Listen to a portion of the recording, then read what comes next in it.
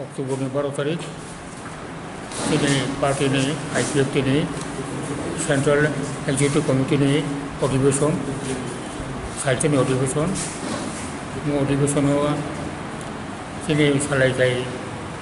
কিশোর অভূমিকা একটা এলাকায় দিল্লি অভিযান 2019 আবন্ন কার্যক্রম ফাইনানি বাকে প্রস্তুতি নভেম্बर मासाव दिल्ली थांनानै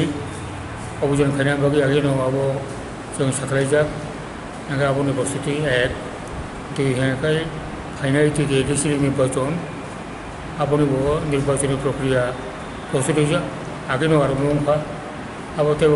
आहामखाय बाहायखै चालावनाय ताव प्रतपसु पलिटिकली ताव डेभलपमेन्ट दं माब्रो सालायजानाय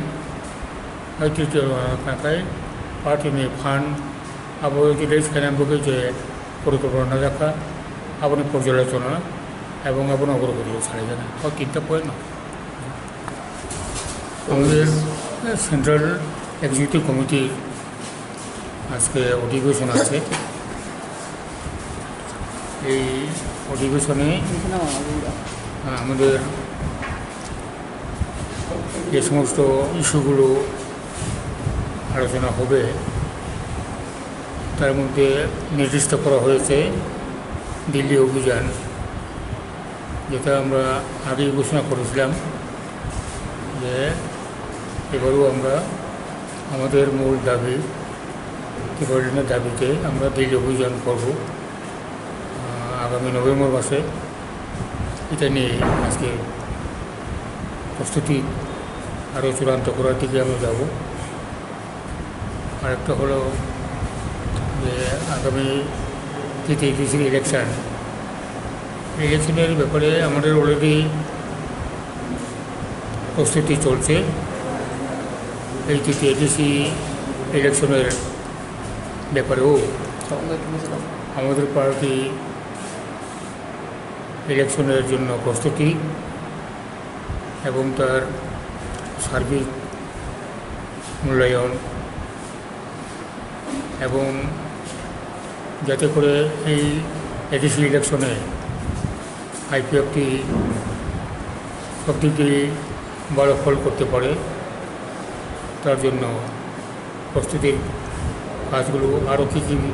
আমাদের দুর্বলতা রয়েছে এই দুর্বলতাগুলো কাটিয়ে উঠে যাতে ভালো করে ইলেকশনে কমপ্লিট করা যায় তার জন্য আমরা আজকে আলোচনা হবে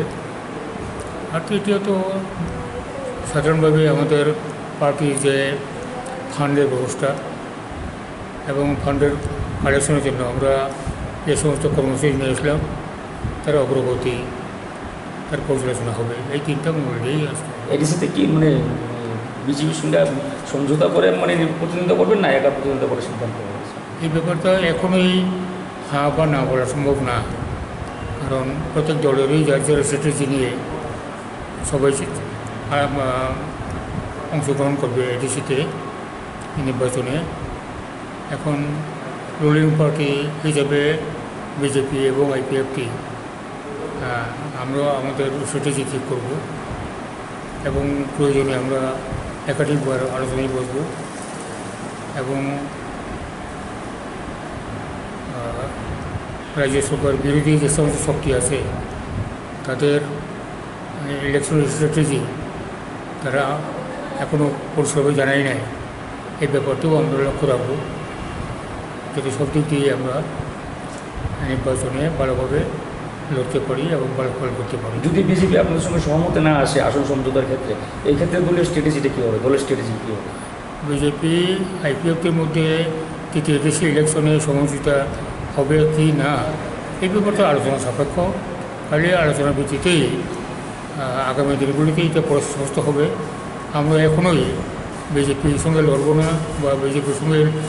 না লড়ে একক লড়বো বা কী করবো এটা আমরা চূড়ান্ত সিদ্ধান্ত নেওয়ার সময় এখনও হয় নাই।